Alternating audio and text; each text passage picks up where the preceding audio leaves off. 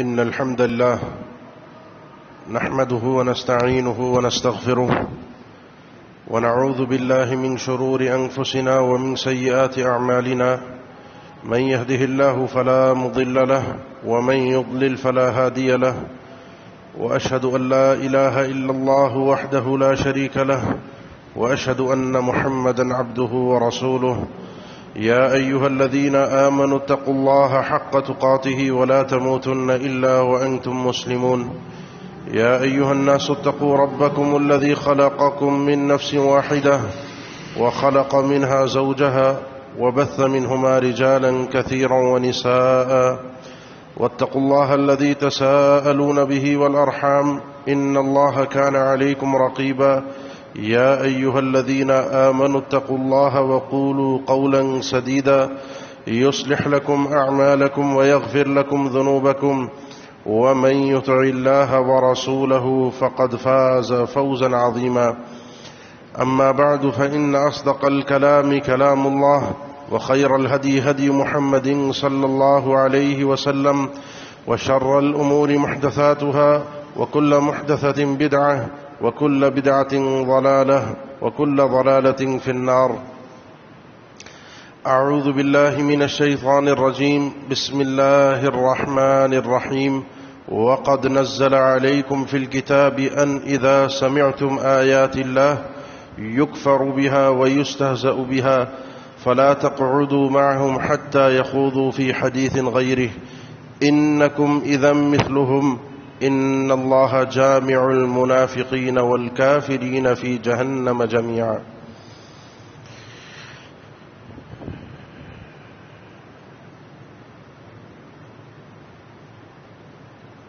ایک مومن کی کل کائنات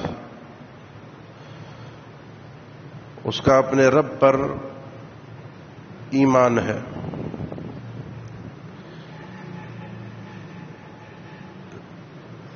جو مومن اپنے ایمان میں پختہ ہوگا وہ اپنی اس زاد راہ کے حوالے سے فکر مند بھی زیادہ ہوگا. اللہ پر ایمان،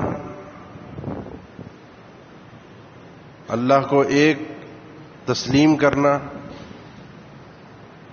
توحید، ایک اللہ کی عبادت کرنا، ان سب چیزوں کے اندر جو چیز بنیاد رکھتی ہے وہ ہے رب تعالی کی عظمت. اور مومن کا اللہ کی تعظیم کرنا. جس شخص کے دل میں اللہ کی جتنی ہیبت اور تعظیم ہوگی وہ شخص اتنا ہی اللہ کو ماننے والا اور اللہ کی عبادت کرنے والا ہوگا. اور جس شخص کے دل میں اللہ کی عظمت کے حوالے سے کمی ہوگی وہ شخص اتنا ہی عبادات میں پیچھے رہنے والا ہوگا.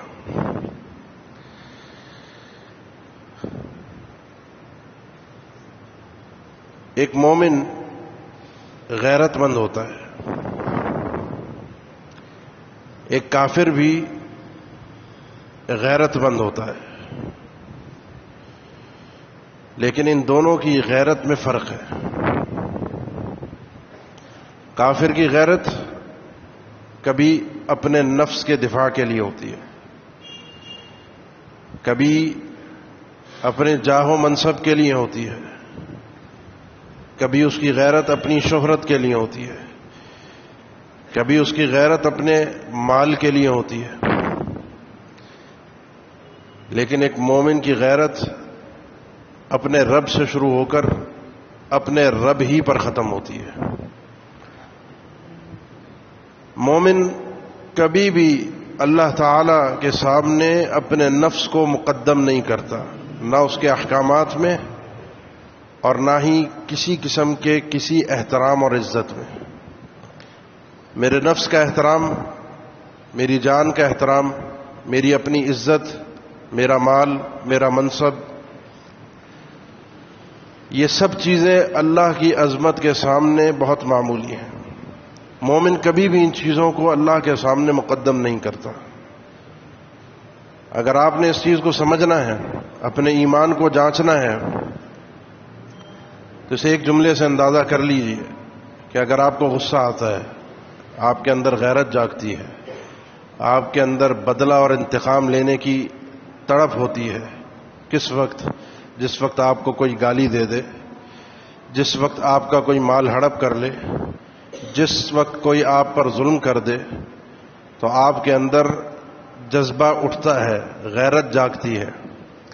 لیکن جس وقت آپ لوگوں کو سنتے ہیں کہ کوئی اللہ کو چیلنج کر رہا ہے، کوئی اللہ کے سامنے آ کر کھڑا ہو رہا ہے، کوئی ان حرمات کو پامال کر رہا ہے جن کو اللہ نے حرام قرار دیا ہے، اور میں مطمئن ہوں، میرے کان پر جوں نہیں رینگتی، مجھے کوئی پریشانی نہیں ہوتی، تو انسان کو چاہیے اپنے ایمان کا جنازہ پڑھ لے۔ اس کا ایمان اسی قدر ناقص ہو چکا ہے جس قدر اس کے اندر غیرت کی کمی ہے۔ اپنے ایمان کا اندازہ اس مثال سے کر لیجئے۔ آئیے توحید اور ایمان کی اس بات کو لے کر آگے بڑھتے ہیں۔ رب تعالیٰ کے سامنے کائنات کی کوئی چیز کوئی حیثیت نہیں رکھتی، کسی چیز کی کوئی حیثیت نہیں ہے۔ کل قیامت کے دن ایک نہیں کئی احادیث میں، قرآن مجید میں اس کا تذکرہ، وما قدر اللہ حق قدر والارض جميعا قبضته يوم القیامہ والسماوات مطویات بیمینہ یوم نطوی السماء کطی السجل للکتب۔ اس ساری کائنات کو اللہ تعالیٰ لپیٹ کر سمیٹ کر اپنے ہاتھ میں لے گا، ساتوں آسمان اس کے ہاتھ میں ہوں گے، صحیح مسلم کی روایت کے مطابق اللہ کے سیدھے ہاتھ میں ہوں گے، اور پوچھے گا وہ کہاں ہے؟ این المتکبرون این الجبارون این ملوک الارض، کہاں ہیں وہ جو اللہ کو چیلنج کیا کرتے تھے؟ کہاں ہیں وہ جو آزادی کے نعرے لگاتے تھے کہ اللہ سے لے کر رہیں گے آزادی؟ کہاں ہیں وہ زمین پر اکڑنے والے؟ کہاں ہیں وہ زمین پر اپنی طاقت دکھانے والے؟ اللہ کی عظمت کے سامنے کوئی چیز نہیں ہے۔ یہ ساری کائنات، آج کل تو ویسے ہی سائنس کا دور ہے، مارس پر پہنچ گئے ہم، آگے دنیا کے نئے رازوں سے پردہ اٹھ رہا ہے، کائنات آگے بڑھتی جا رہی ہے، لوگوں کے سوالات پیدا بھی ہو رہے ہیں اور حل بھی ہو رہے ہیں۔ اتنی بڑی کائنات، سارے کی ساری کائنات، ساتوں آسمان، اللہ کے نبی صلی اللہ علیہ وسلم کا فرمان ہے، اللہ کی کرسی کے سامنے ان ساتوں آسمانوں کی اگر حجم کو سمجھنا چاہتے ہو تو ایک چٹیل میدان، آس پاس کوئی عمارت تمہیں نظر نہ آئے، میدان ہی میدان، ریگستان، اس کے اندر پڑا ہوا ایک چھلا، ایک معمولی سا چھلا، یہ ساتوں آسمان ہے اللہ کی کرسی کے سامنے۔ اور اللہ کی کرسی کو اگر سمجھنا ہو تو یہی کرسی عرش کے سامنے یہی حیثیت رکھتی ہے اللہ کے۔ اللہ کے عرش کے آگے اس کرسی کی حیثیت بھی اسی چٹیل میدان میں ایک چھلے کی مانند ہے۔ اب یہ اتنی بڑی کائنات کا مالک، اتنی وسیع اور عریض کائنات کا مالک، جس کے سامنے وہ فرشتے اولی اجنحۃ مثنی و ثلاث و رباع، کسی کے 2 پر، کسی کے 3، کسی کے 4، کسی کے 9، جبرائیل امین کے 600 پر، طاقتور مخلوق، ایک فرشتہ اتنی طاقت رکھتا ہے، قوم لوط کو اٹھا کر پٹکنے والا ایک فرشتہ تھا۔ لا یعصون اللہ ما امرہم، اللہ کے سامنے ان کی نا نہیں ہو سکتی، لیکن جب اللہ کا کلام ہوتا ہے، اللہ کی کسی بات کو سنتے ہیں تو سننے کے بعد پہلے بے ہوش ہو جاتے ہیں، بات کیا ہوئی، سوال کیا ہوا، جواب کیا آیا، کیا رب تعالیٰ کا فرمان تھا، حتی اذا فزع عن قلوبہم قالوا ماذا قال ربکم۔ یہ آسمان اور زمین کی پیمائشیں کرنے والے، اس کو ناپنے والے سن لیں، اللہ کے نبی صلی اللہ علیہ وسلم نے فرمایا ساتوں آسمان جا کر دیکھو، ان ساتوں آسمانوں کے اندر 4 انگلیوں کے برابر بھی جگہ خالی نہیں ہے، لیکن کوئی نہ کوئی فرشتہ، الا ملک واضع جبہتہ ساجدا للہ، ان 4 انگلیوں کے برابر جگہ تمہیں خالی نہیں ملے گی، لیکن کوئی نہ کوئی فرشتہ اللہ کے سامنے اپنا سر ماتھا ٹکائے ہوئے سجدے کی حالت میں گرا ہوا ضرور ملے گا۔ یہ وہ مخلوق ہے جو اگر اکڑنا چاہتی، جو چیلنج کرنا چاہتی، جو اللہ کے سامنے کھڑا ہونا چاہتی تو شاید ہو سکتی تھی، طاقت تھی، کر سکتے تھے، لا یعصون اللہ ما امرہم۔ آئیے اس مخلوق کے بعد کچھ مخلوق ہم سے کمتر بھی ہیں، ہم سے حقیر بھی ہیں، چھوٹی چھوٹی چیونٹیاں بھی ہیں، چھوٹے چھوٹے جانور بھی ہیں، وہ بھی رب تعالیٰ کی تسبیح اور تعریف میں مگن رہتے ہیں، وہ اللہ کی عظمت کو جانتے اور پہچانتے ہیں۔ یہ صرف اللہ تعالیٰ نے ہمیں بتایا ہے، ہمیں دکھایا ہے۔ وہ مخلوق جس کو اللہ تعالیٰ نے اختیارات دیے، جس کو اللہ تعالیٰ نے پیدا کیا، ان اختیارات کو دینے کے بعد انہیں اللہ تعالیٰ نے شہوت نہیں دی۔ یہ مخلوق جو زمین میں ہے، انسانوں سے ہٹ کر جانور ہیں، انہیں اللہ تعالیٰ نے شہوت بھی دی ہے، انہیں اللہ تعالیٰ نے کچھ اختیارات بھی دیے ہیں، لیکن عقل سے محروم رکھا ہے، وہ عقل جو اللہ تعالیٰ نے انسانوں کو دی ہے۔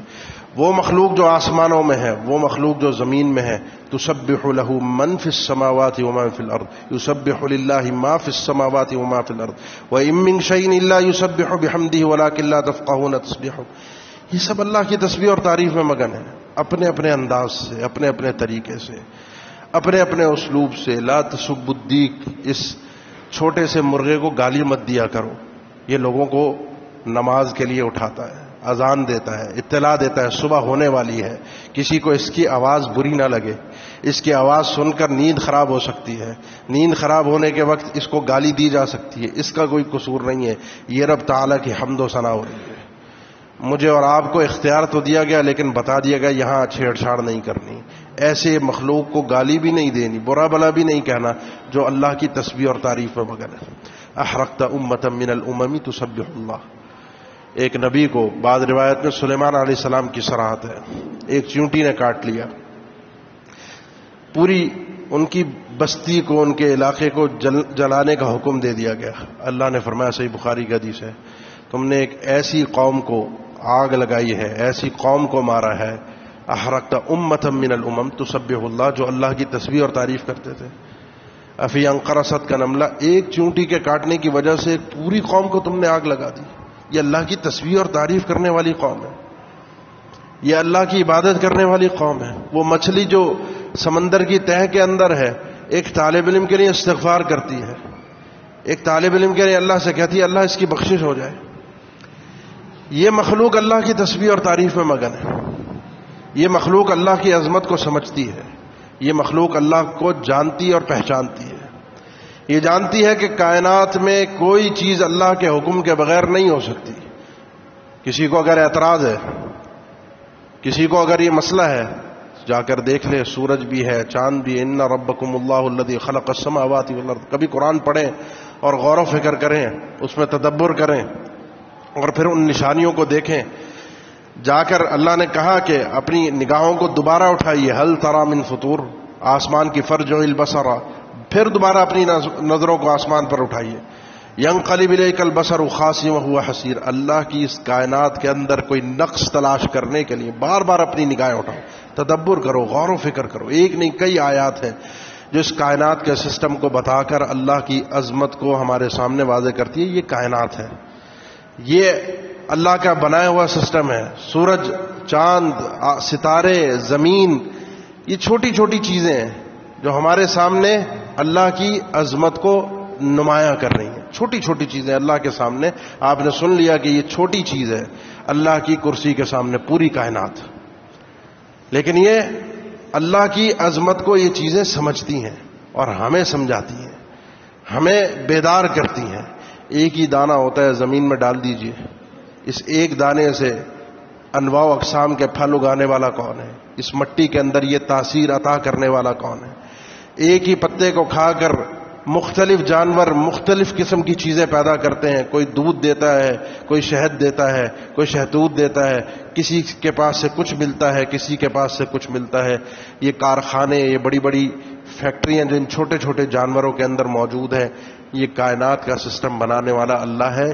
یہ چیزیں یہ مخلوق جانتی ہے، لیکن وہ مخلوق جس کو اللہ تعالیٰ نے اختیار دیا ہے، جسے اللہ تعالیٰ نے علم دیا، جسے اللہ تعالیٰ نے جسمانی صلاحیت دی، جسے چلنے پھرنے میں، آنے جانے میں، اپنے اچھے برے کے اندر اسے اختیار دیا گیا، وہ انسان اٹھتا ہے اور سمجھتا ہے، پھر ایک وقت آتا ہے اس کا علم ترقی کرتا ہے، پھر وہ کہتا ہے کہ جو کچھ میرے پاس سہولیات ہیں، یہ جو کچھ کائنات میں میں نے ترقی کی ہے، زمین پر جو کچھ میں نے بنایا ہے، یہ بڑی بڑی بلڈنگیں، یہ بڑی بڑی گاڑیاں، یہ ہواؤں کو مسخر کرنا، یہ موبائل، یہ سسٹم، یہ انٹرنیٹ، یہ جہان کے اندر جانا، ہر چیز کو اپنی نگاہوں سے دیکھ لینا ایک ہی وقت کے اندر، یہ وہی نظریہ ہے جو ایک وقت میں ایک شخص نے کہا تھا انما اوتیتہ علی علم عندی، یہ سب چیزیں تو مجھے میرے علم کی وجہ سے میں نے حاصل کی ہیں، میرا علم تھا، میری صلاحیت تھی جس بنیاد پر یہ سب چیزیں میں نے حاصل کی ہیں، یہ ترقی اس دنیا کی ہم نے اپنے علم کے بلبوتے پر کی ہے۔ پھر یہی چیزیں آتی ہیں انسان کے اندر، آگے بڑھتی ہیں، یہ غرور پیدا ہوتا ہے، وہ اس دنیا کے اندر غرق ہوتا ہے، اور پھر آخر کار اٹھ کر اللہ کو چیلنج کرتا ہے۔ کوئی کہتا ہے انا ربکم الاعلی، کوئی کہتا ہے ہم لے کر رہیں گے آزادی، اللہ بھی سن لے، نبی بھی سن لے، ہمیں آزادی مل کر رہے گی۔ میرے بھائی، ان نعروں کے بعد اور اس گفتگو کے بعد اللہ کی اس انداز میں اللہ کے خلاف جو لوگ باتیں کرتے ہیں، جو اللہ کا مذاق اڑاتے ہیں، ایک وقت تھا ہم بات کرتے تھے انہی ممبروں سے، ہم نے بات کی، بڑا جلدی زمانہ بدلا، انکار حدیث کا فتنہ اٹھا، حدیثوں پر اعتراض اٹھا، حدیثوں کے بارے میں باتیں ہونا شروع ہوئی۔ وہ حدیثوں پر اعتراض نہیں تھا، وہ ایک سیڑھی تھی اللہ کے اوپر اعتراض کے لیے، قرآن پر اعتراض کے لیے۔ ایک وقت تھا کہ مولوی پر طعن و تشنیع کیا جاتا تھا، اس کی داڑھی کا مذاق اڑایا جاتا تھا، اس کے پائچوں کا، اس کے انداز کا، اس کے گفتار کا، اس کو جاہل، اس کو دقیانوس قرار دیا جاتا تھا۔ وہ مولوی سے نفرت نہیں تھی، وہ داڑھی سے نفرت نہیں تھی، وہ پائچے اوپر رکھنے سے نفرت نہیں تھی، یہ اصل نفرتیں، یہ عداوتیں اللہ کے احکامات سے، اور چڑ تھی تو اللہ سے تھی۔ یہ چیزیں میں عرصہ دراز سے ذکر کرتا رہا، وقت بڑا جلدی تبدیل ہوا، سال دو سال کے عرصے کے اندر اب لوگ کھل کر سامنے آئے اور اللہ کو باقاعدہ چیلنج کر رہے ہیں، اب باقاعدہ اللہ کے خلاف کھڑے ہیں۔ میں اور آپ تو ایک طرح سے سائڈ پر ہو چکے ہیں، ہم سے تو اب بات ہی نہیں ہے، ہمیں تو کوئی گنتی میں لایا ہی نہیں جاتا۔ اب مسئلہ یہ ہے کہ اگر میرے دل میں غیرت ہے، وہ پرانی بات جو میں نے شروع میں ابھی جمعے کے کی، وہی جملے دہرا دوں، اگر میرے دل میں غیرت ہے، میں مومن ہوں، اور مجھے اپنے آپ سے بڑھ کر، اپنی عزت سے زیادہ اللہ کی عظمت کی فکر ہے، مجھے ان چیزوں کو سن کر غصہ آتا ہے، مجھے تکلیف ہوتی ہے، مجھے پریشانی ہوتی ہے، تو یہ میرے ایمان کی نشانی ہے، یہ کم از کم درجہ ہے، یہ کم از کم درجہ ہے، کیونکہ اس کے بغیر نہ میں توحید کا اقراری ہوں، نہ میرا کوئی اللہ پر ایمان ہے، نہ میں اللہ کی عبادت کر سکتا ہوں۔ جس شخص کے دل میں اللہ کی عظمت نہیں ہے وہ کچھ نہیں کر سکتا۔ اب دو سوال پیدا ہوتے ہیں، وہ دو سوال یہ ہیں، میں کیا کر سکتا ہوں اور میں کیوں کروں، اور تیسرا ان کے ساتھ ہوگا کیا۔ میں کیا کر سکتا ہوں اور میں کیوں کروں، کیونکہ آج کل میٹھی میٹھی باتیں ہمیں سکھا دی گئی ہیں کہ جی کہیں کوئی غلط بات نہ کی جائے، کہیں کسی کے خلاف بات نہ کی جائے، میٹھا میٹھا دین بیان کیا جائے، آسان آسان باتیں کی جائیں، لوگوں کو اخلاقی تربیت دی جائے۔ وہ دے رہے تھے ہم، وہ لوگوں کو اخلاق سکھا رہے تھے، لیکن لوگوں کو اخلاق سکھاتے سکھاتے لوگ یہ بھول گئے کہ کچھ لوگ اللہ کے خلاف اٹھ کھڑے ہوں گے، اللہ کے خلاف باتیں کریں گے، ان کو کوئی اخلاق سکھانے والا نہیں ہوگا۔ مجھے بتائیے، یہ جملے آپ اکثر سنتے ہیں، یہ جملے آپ اکثر سنتے ہیں خطباء سے، واعظین سے، کہ اس ملک کے اندر آپ عدالت کی توہین کر دیں، اجازت ہے آپ کو؟ آپ کسی سربراہ کی توہین کر دیں، اجازت ہے آپ کو؟ آپ اس ملک کے فوج کے متعلق کوئی گفتگو کر دیں، آپ کو اجازت ہے؟ ہاں، آپ کو اجازت ضرور ہے اللہ اور اس کے رسول کے متعلق گفتگو کرنے کی۔ آپ جو جی چاہے کھل کر کہیں، میڈیا اس کو دکھائے گا بھی، آپ کے اور میرے جذبات پر حملہ کرنے کے لیے، ہمیں ابھارنے کے لیے، ہمیں بھڑکانے کے لیے، تاکہ کچھ نہ کچھ ایسا ہو اور پھر اس کو نمایاں کر کے دکھائیں کہ دیکھیں یہ جنگلی جانور ہے، یہ جاہل ہے، گوار ہے، یہ آزادی کے خلاف ہے۔ اس آزادی سے پہلے یہ جو محرکات ہیں، ان کے اوپر کوئی گفتگو نہیں کرے گا کہ ہو کیا رہا ہے، آزادی کی حد کیا ہے، آخر اس ملک کو بنا کر، اس ملک کی تقسیم کر کے ہم مسلمان علیحدہ کیوں ہوئے؟ ہم یہاں پر اللہ کی آواز کو بلند کرنا چاہتے تھے، یہاں پر ہم کھل کر اذان دینا چاہتے تھے، یہاں پر ہم کھل کر اللہ کی عبادت کرنا چاہتے تھے بغیر کسی روک ٹوک کے، لیکن یہاں پر یہ چیزیں شروعات سے ہوتی تو چلی آئیں، لیکن ساتھ ساتھ اللہ کے خلاف باتیں کرنے والے بھی اٹھ کھڑے ہوئے۔ جس کو کچھ نہیں ملتا وہ اللہ کے خلاف اٹھ جاتا ہے، جس کو کچھ نہیں ملتا وہ اللہ کے نبی صلی اللہ علیہ وسلم کے خلاف اٹھ جاتا ہے، اللہ اور اس کے رسول کو گالیاں دینا شروع ہو جاتا ہے۔ کوئی اسے روکنے والا نہیں، کوئی پوچھنے والا نہیں، کوئی ٹوکنے والا نہیں۔ کوئی رد عمل آ جائے تو اس رد عمل کو میڈیا بڑا نمایاں کر کے دکھاتا ہے۔ اس سے پہلے آپ اور میں یہ اپنے آپ سے سوال کریں کہ ایسا ان مواقع پر ہمیں کیا کرنا چاہیے۔ ایک جملہ، یہ بات ذہن میں رکھیں، ایک جملہ اللہ نے فرمایا کہ ان دعوا للرحمن ولدا، لوگ اللہ کا بیٹا مانتے ہیں کہ اللہ کی اولاد ہے، ماننے والے مانتے ہیں، عیسائی بھی مانتے ہیں، یہودی بھی مانتے ہیں، مشرکین فرشتوں کو اللہ کی بیٹیاں قرار دیتے ہیں۔ اللہ نے فرمایا جملہ کہ اللہ کی اولاد ہے، یہ شرک ہے، کفر کا وہ مقام نہیں ہے، کفر جحود نہیں ہے جو اس وقت ہے، یعنی اللہ کو چیلنج کرنا، یہ اس سے آگے کا مرحلہ ہے۔ وہ اللہ کو مان رہے ہیں، وہ اللہ کو تسلیم کر رہے ہیں، اور اپنے حساب سے، اپنے انداز سے وہ اللہ کی عظمت کے قائل بھی ہیں۔ ان کے حساب میں اللہ کی عظمت یہ ہے کہ اللہ کی اولاد قرار دی جائے، اپنے حساب سے ان کا یہ عقیدہ ہے، اور اپنے حساب سے وہ اللہ کی تعظیم کر رہے ہیں۔ اللہ نے فرمایا جملہ اتنا بھاری ہے، یہ جملہ اتنا گراں ہے، یہ جملہ اتنا شاق ہے، تکاد السماوات یتفطرن منہ وتنشق الارض وتخر الجبال ہدا، یا آسمان پھٹ جائے، اس زمین کے ٹکڑے ٹکڑے ہو جائیں، یا پہاڑ ریزہ ریزہ ہو جائیں اس جملے کی وجہ سے کہ اللہ کی اولاد ہے، اس شرکیہ جملے کی وجہ سے۔ یہ زمین آسمان سب برباد ہو جائے، نظام تہس نہس ہو جائے، دوسرے الفاظ میں اللہ کا عذاب آ جائے۔ اب 1-1.5 سال سے تو ویسے ہی ہم جس ماحول میں جی رہے ہیں، جس طرح کی پریشانیوں کا سامنا کر رہے ہیں، ایک کے بعد ایک پریشانی، اور پہلے چھوٹی چھوٹی پریشانیاں ہوتی تھیں، میرے آپ کے گھریلو مسائل، معاملات، کاروباری معاملات، کسی کا گھر کا کوئی جھگڑا، کسی کا کوئی اور معاملہ، کسی شہر کا معاملہ، کسی بستی کا معاملہ۔ اب ایسا نہیں ہے، اب پوری امت مبتلا ہے، پوری امت مبتلا ہے۔ ایک عرصے سے پوری امت قہر اور ذلت کے دلدل میں پہلے ہی پس رہی تھی، اب پوری امت پر اللہ کی طرف سے جو پکڑ اور سختیاں آ رہی ہیں، اس کے بعد بھی انسان سمجھے اللہ کی طرف پلٹ آئے۔ افامن اہل القری یاتیہم باسنا بیاتہم نائمون او امن اہل القری یاتیہم باسنا ضحا وهم یلعبون افامنوا مکر اللہ فلا یامن مکر اللہ الا القوم الخاسرون۔ یہ اہل علاقہ اس بات سے امن میں ہے، بے خوف ہو گئے کہ رات کے وقت ان کے اوپر سوتے ہوئے اللہ کا عذاب آ جائے، دن کے وقت کھیلتے کودتے عذاب آ جائے۔ کس طریقے سے یہ اللہ کی تدبیروں سے بے خوف ہو گئے۔ ہمیں ڈر یہ ہے کہ جب اللہ کا کوئی عذاب اترے، کیونکہ اللہ کائنات کا مالک ہے، اللہ کا کوئی عذاب اترے تو میں اس چکی میں نہ پس جاؤں، میں اس عذاب کا شکار نہ ہو جاؤں۔ دوسرے الفاظ میں یوں کہیے وَإِذْ قَالَتْ أُمَّةٌ مِّنْهُمْ لِمَ تَعِظُونَ قَوْمًا اللَّهُ مُهْلِكُهُمْ أَوْ مُعَذِّبُهُمْ عَذَابًا شَدِيدًا قَالُوا مَعْذِرَةً إِلَىٰ رَبِّكُمْ وَلَعَلَّهُمْ يَتَّقُونَ۔ وہ 3 گروہ بنے تھے نا، جب ایک نے مچھلی کا شکار کیا ہفتے کے دن، ایک بہانہ بنایا، چیلنج تو انہوں نے بھی نہیں کیا، اللہ کے سامنے ڈٹ کر نہیں کھڑے ہوئے کہ کرتے ہیں ہفتے کے دن شکار، بگاڑ لے جو اللہ نے بگاڑنا ہے ہمارا۔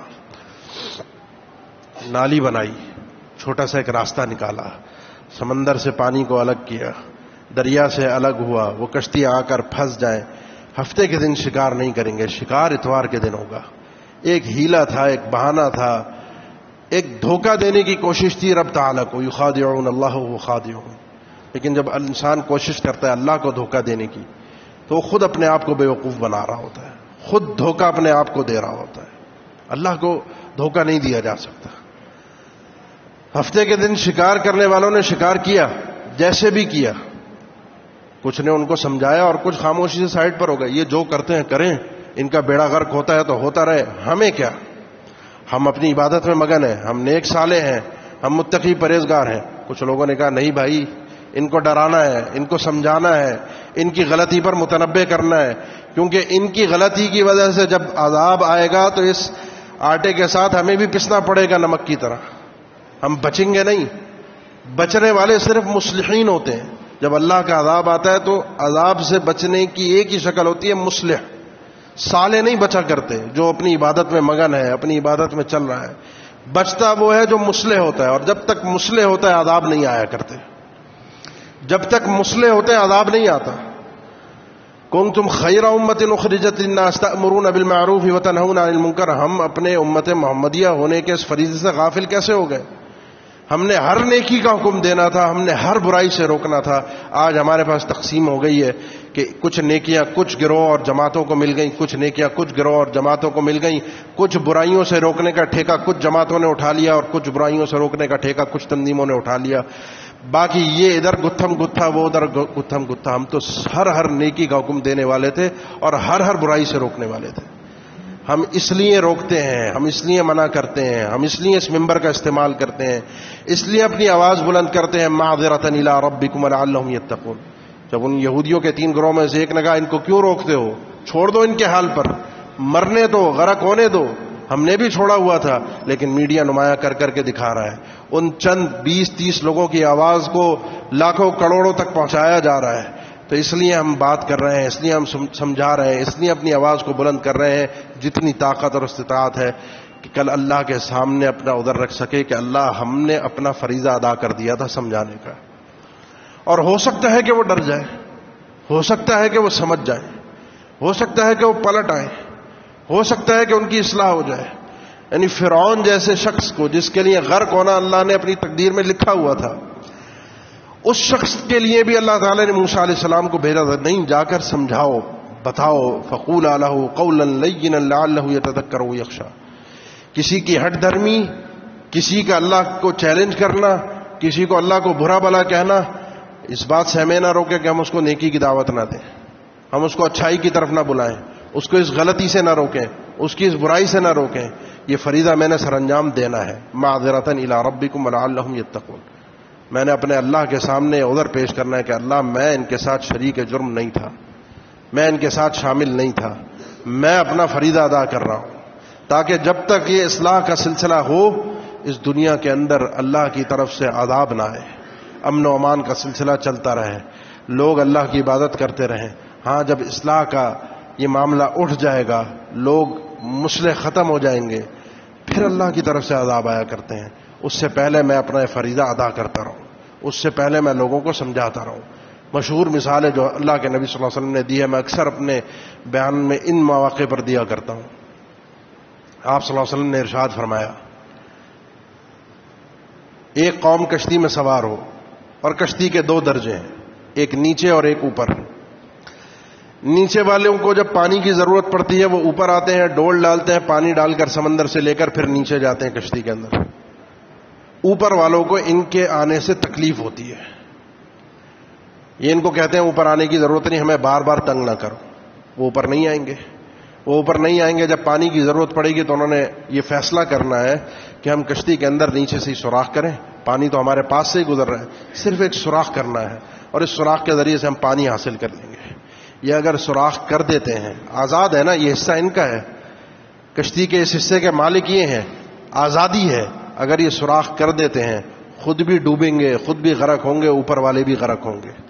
لیکن جب یہ سوراخ کرنے کا سوچتے ہیں، اوپر والے اگر ان کو منع کر دیں، روک دیں کہ تم سوراخ مت کرو، آ کر پانی لے لو، تو یہ خود بھی بچ جائیں گے اور نیچے والوں کو بھی بچا لیں گے. یہ نیچے والے بے وقوف ہیں، ان کو پتہ نہیں ہے. اوپر والوں کو سمجھنا چاہیے کہ ان کو کشتی میں سوراخ نہ کرنے دیں. ہے ان کی آزادی، وہ سمجھتے ہیں یہ حصہ ہماری ملکیت ہے، یہ تختے ہمارے ہیں، ہم ان میں سوراخ کر سکتے ہیں.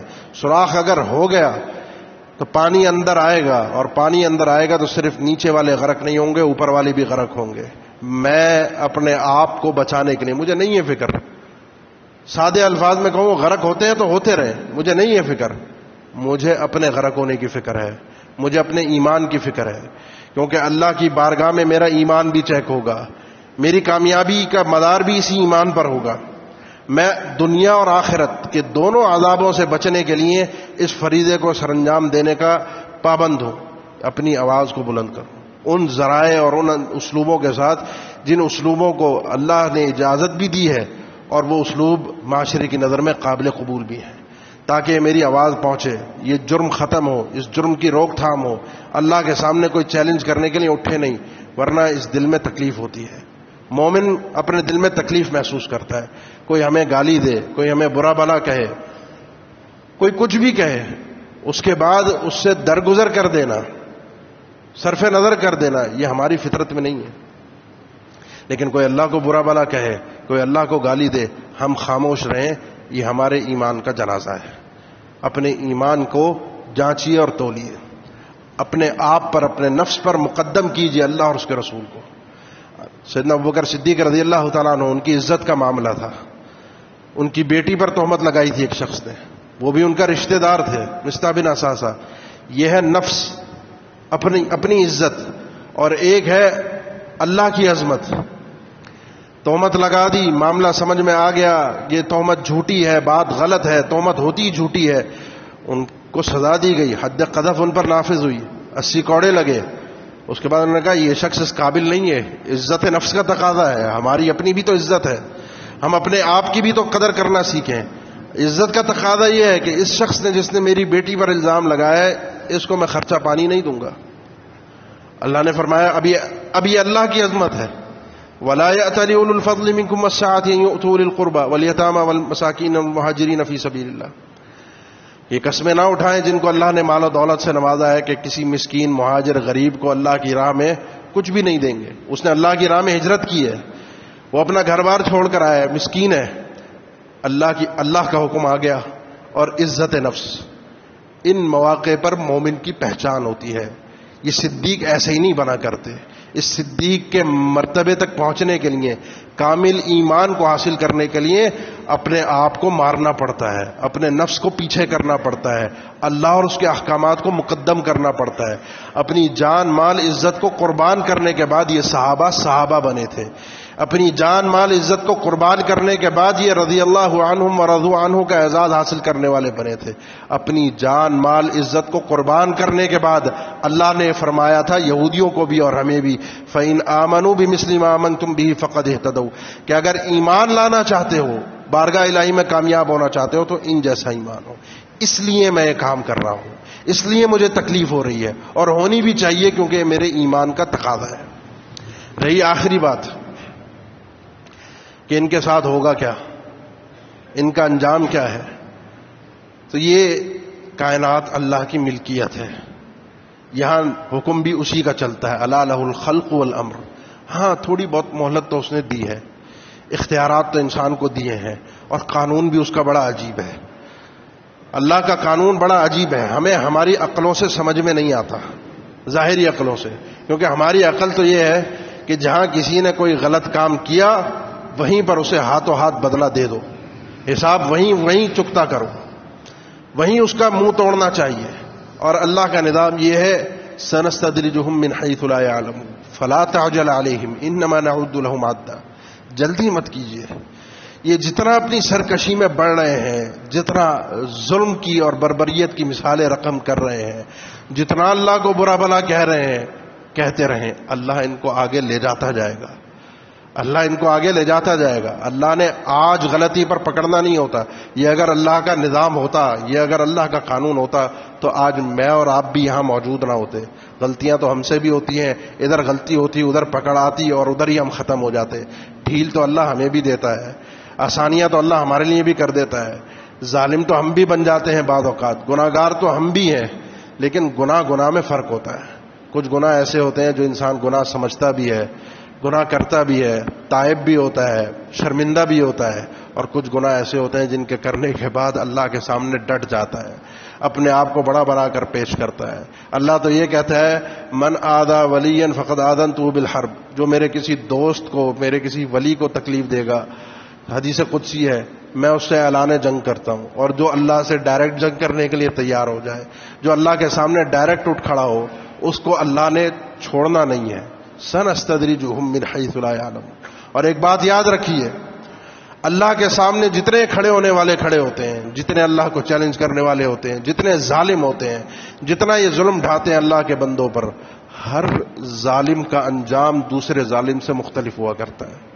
اللہ انجام بھی ایک نہیں کرتا، فمنہم من خسفنا بہ الارض ومنہم من اغرقنا، کسی کو زمین میں دھنسا دیتا ہے، کسی پر پتھر برستے ہیں، کسی کو پانی میں غرق کر دیتا ہے۔ قومیں بڑی بڑی آئیں، ایسے آئیں کہ جنہوں نے یہ بھی کہا تھا انما اوتیت علی علم عندی، یہ ترقی ہم نے سارے اپنے علم کی بنیاد پر کی ہے۔ فخسفنا بہ وبدار الارض، غرق کر دیا، اس کو بھی انتہا پر لے کر گیا اللہ، آگے تک لے کر گیا، سرکشی کے آخر تک پہنچا کر اس کو اس کے مال و متاع اور اس ساری ترقی سمیت زمین میں دھنسا دیا۔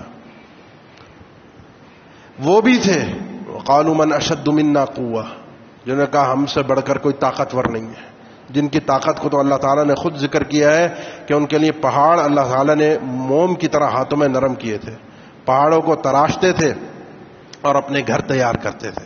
سورہ شعراء میں ان کا تذکرہ ہے، قرآن مجید میں مختلف صورتوں کے اندر ان کا تذکرہ ہے۔ لیکن ہوا کیا؟ ہوا یہ کہ ایک ہوا چلی، اور ایک ہوا چلنے کے بعد کأنہم اعجاز نخل خاویہ، جیسے کھجور کے لمبے تنے اور درخت کے کھوکھلے تنے زمین پر کٹنے کے بعد گرے ہوتے ہیں، یہ قد آور طاقتور لوگ اس ایک ہوا اور چیخ کے بعد زمین پر اس طریقے سے لمبے گرے ہوئے تھے، اور کوئی ان کا پرسان حال نہیں تھا۔ جو آس پاس کے لوگ تھے، جو ان کی طاقت سے مرعوب تھے، جو قارون کے خزانے سے مرعوب تھے، اس کی طاقت سے مرعوب تھے، اس کے مال و دولت کے نشے میں غرق ہونے پر واہ واہ کیا کرتے تھے، وہ بھی اس کے غرق ہونے کے بعد اس سے پناہ مانگنے لگے اللہ کی طرف۔ وَإِكَأَنَّ اللَّهَ يَبْسُطُ الرِّزْقَ لِمَن يَشَاءُ وَيَقْدِرُ، اللہ کا رزق ہے، اللہ کی یہ شان ہے، اللہ کا یہ مقام ہے، یہ کائنات اللہ کی ہے، جس کے لیے چاہے رزق کو کشادہ کر دے، جس کے لیے چاہے تنگ کر دے۔ اس لیے اے اللہ کے نبی فلا تعجل علیہم، آپ جلدی نہ کیجیے، آپ پریشان مت ہوئیے، انما نعد لهم عدا، ہم نے ان کے لیے جو کچھ ہے وہ تیار کر کے رکھا ہے، آپ عذاب کی جلدی مت کیجیے۔ یہ اگرچہ جلدی کر رہے ہیں، یہ سارے اسباب اختیار کر رہے ہیں، یہ چیلنج کر رہے ہیں، لیکن وما كان الله ليعذبهم وانت فيهم وما كان الله معذبهم يستغفرون، آپ جب تک ان کے اندر ہے تو مشرکین کو عذاب مشرکین مکہ کو نہیں آ سکتا۔ اور ایک اور شکل ہے کہ جب تک یہ استغفار کرنے والے ہوں گے عذاب نہیں آئے گا۔ جب تک اس دنیا کے اندر مصلحین ہوتے ہیں اللہ کی طرف سے عذاب کی امان رہتی ہے، اور جب مصلح نے اٹھ جاتا ہے تو عذاب کی امان ختم ہو جاتی ہے۔ ان کے ساتھ تو حساب و کتاب چکتا ہوگا، معاملات تو ہوں گے، یہ جس طریقے سے اللہ کو چیلنج کر رہے ہیں وہ تو ہوگا۔ اب تکلیفیں آئیں گی، پریشانیاں آئیں گی، اللہ اہل ایمان کو بھی آزماتا ہے، ان کے ایمان کو بھی چیک کرتا ہے۔ صرف ایمان کا دعویٰ کافی نہیں ہوتا کہ ہم نے کہہ دیا، ہمیں تھوڑی سی غیرت ہمارے اندر جاگ گئی، ہم نے محسوس کر لیا اس تکلیف کو تو اس کے بعد ہم چھوڑ دیے جائیں گے۔ نہیں، ہمارے ایمانوں کو بھی چیک کیا جائے گا، ہمارے ایمانوں کو بھی جانچا جائے گا، اور ہمارے ایمانوں کو جانچنے کے بعد، ہمارے ایمانوں کو آخری لمحے تک پہنچانے کے بعد وَزُلْزِلُوا حَتَّى يَقُولَ الرَّسُولُ وَالَّذِينَ آمَنُوا مَعَهُ مَتَىٰ نَصْرُ اللَّهِ، جھنجھوڑ دیا جاتا ہے، تکلیفیں آتی ہیں، پریشانیاں آتی ہیں جو اہل ایمان کے درجات کی بلندی کا سبب ہوتی ہیں، اور ان کافروں بدبختوں کے لیے عذاب ہوتی ہیں۔ تو اس سلسلے اب شروع ہو گئے ہیں، ہوتے رہیں گے، اب اللہ کی طرف سے جھٹکے آ بھی رہے ہیں، آتے بھی رہیں گے۔ اللہ کو کھل کر برا بھلا کہنے والے، گالیاں دینے والے، اللہ کا انکار کرنے والے، اللہ کے خلاف اٹھ کھڑے ہونے والے، اللہ کو چیلنج کرنے والے پے در پے اب اس معاشرے کے اندر آتے جائیں گے۔ یہ دروازہ کھل چکا ہے، اب بند نہیں ہوگا، یہ چیزیں مزید آگے بڑھیں گی، اور ہم نے بھی مزید ہمت کرنی ہے۔ ہم نے خاموشی سے سائیڈ میں اپنے گھر پر مسلح لے کر بیٹھ کر یہ سمجھ لینا کہ میں بچ جاؤں گا، یہ بے وقوفی ہوگی۔ اس سوراخ کو جو کشتی میں کیا جا رہا ہے اس کو روکنا پڑے گا۔ اگر یہ سوراخ رک گیا تو میں بچ جاؤں گا، اگر یہ سوراخ نہیں رکا تو یہ کشتی پوری کی پوری ڈوبے گی، جس کے اندر میں بھی شامل ہوں گا۔ ہاں، آزمائش ضرور ہے، تکلیفیں ضرور ہیں، لیکن ان تکلیفوں کے اندر، آزمائشوں کے اندر اللہ کی طرف سے آخری حد تک جب آزمائش آتی ہے تو ان عظم الجزاء مع عظم البلاء، آخرت میں بھی دنیا میں بھی بڑے بڑے بدلے اگر انسان کو چاہیے ہوتے ہیں، عظیم آخرت میں بدلہ چاہیے ہوتا ہے، تو عظیم بدلہ عظیم تکلیفوں کے بعد ملتا ہے، بڑی بڑی تکلیفوں کے بعد ملتا ہے بڑا بدلہ۔ ایسے نہیں کہ سوکھی سوکھی روکھی روکھی عبادت کر لی، میٹھا میٹھا دین لے کر ہم چلتے رہے اور سمجھے کہ وہاں بہت کچھ مل جائے گا، ایسا نہیں ہوگا۔ ان اللہ اذا حب قوما ابتلاهم، اللہ بھی جب کسی بندے سے محبت کرتا ہے، کسی قوم سے محبت کرتا ہے، انہیں جھنجھوڑتا ہے، آزماتا ہے۔ اس کی آزمانے کے انداز اور ہیں، آزمائشوں کے انداز اور ہیں۔ لیکن سب سے خطرناک آزمائش جو ہے وہ دین کی آزمائش ہوتی ہے. جسم کی آزمائش، تکلیفیں، گھریلو آزمائشیں، کاروباری آزمائشیں، یہ سب دنیا کی آزمائشیں ہیں. سب سے خطرناک آزمائش ایمان اور دین کی آزمائش ہے، کیونکہ یہ آزمائش آخرت کے لیے آزمائش ہوتی ہے. اس آزمائش پر آخرت کا نتیجہ ہے، اور آخرت کی کامیابی والعاقبۃ للمتقین. اس آزمائش میں جو کامیاب ہو جاتا ہے، فمن رضی فلہ الرضا ومن سخط فلہ السخط، جو اللہ سے راضی ہو جاتا ہے، اللہ کی ان آزمائشوں کو تسلیم کرتا ہے، اپنے اس دین پر پوری پختگی کے ساتھ، پورے ایمان اور جذبے کے ساتھ اپنے دین پر قائم رہتا ہے، اپنے ایمان کو اللہ کے احکامات کے سپرد کر دیتا ہے، اپنے آپ کو فوقیت نہیں دیتا، اپنے غصے کو فوقیت نہیں دیتا، اپنے جذبات کو فوقیت نہیں دیتا، اللہ کے احکامات کو فوقیت دیتا ہے، سمجھ لے یہ آدمی کامیاب ہے. اللہ تعالی ہمارے اس معاشرے کی اصلاح فرمائے. اللہ تعالی ہمارے دلوں میں غیرت ایمانیت پیدا فرمائے. اللہ تعالیٰ اس ملک کے اندر بلکہ پوری دنیا کے اندر جہاں جہاں لوگ اللہ کو چیلنج کرنے والے ہیں، اللہ کو للکارنے والے ہیں، اللہ ان کو سمجھ دے، ہدایت دے. اگر ان کے نصیب میں ہدایت ہے، نہیں تو اللہ ان کے انجام سے ہماری آنکھوں کو ٹھنڈا فرمائے. اقول قولی ھذا واستغفر اللہ لی ولکم وآخر دعوانا الحمد للہ رب العالمین.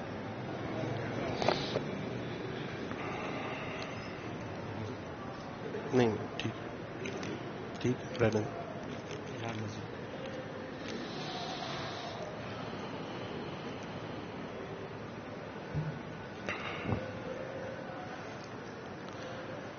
الحمد للہ علی احسانہ والشکر له علی توفیقہ وامتنانہ واشهد ان لا الہ الا اللہ وحدہ لا شریک له تعظیما لشأنہ واشهد ان محمدا عبدہ ورسولہ الداعی الی رضوانہ صلی اللہ علیہ وعلی آلہ واصحابہ واخوانہ وسلم تسلیما کثیرا. اما بعد.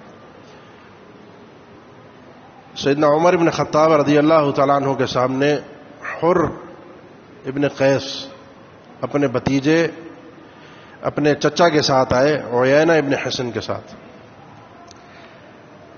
عیینہ ابن حصن سیدنا عمر ابن خطاب کے سامنے جب پیش ہوئے، امیر المؤمنین تھے.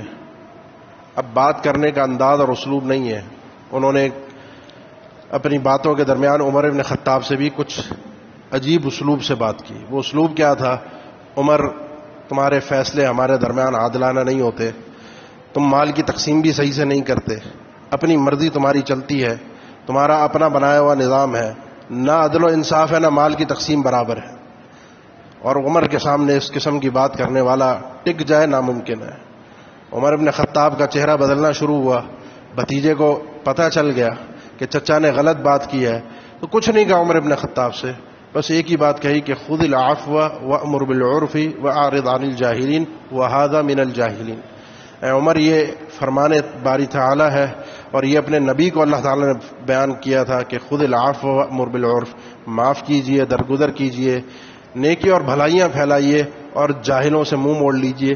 یہ جو میرا چچا ہے جس نے بات کی، یہ جاہل ہے، منہ موڑ لیجئے.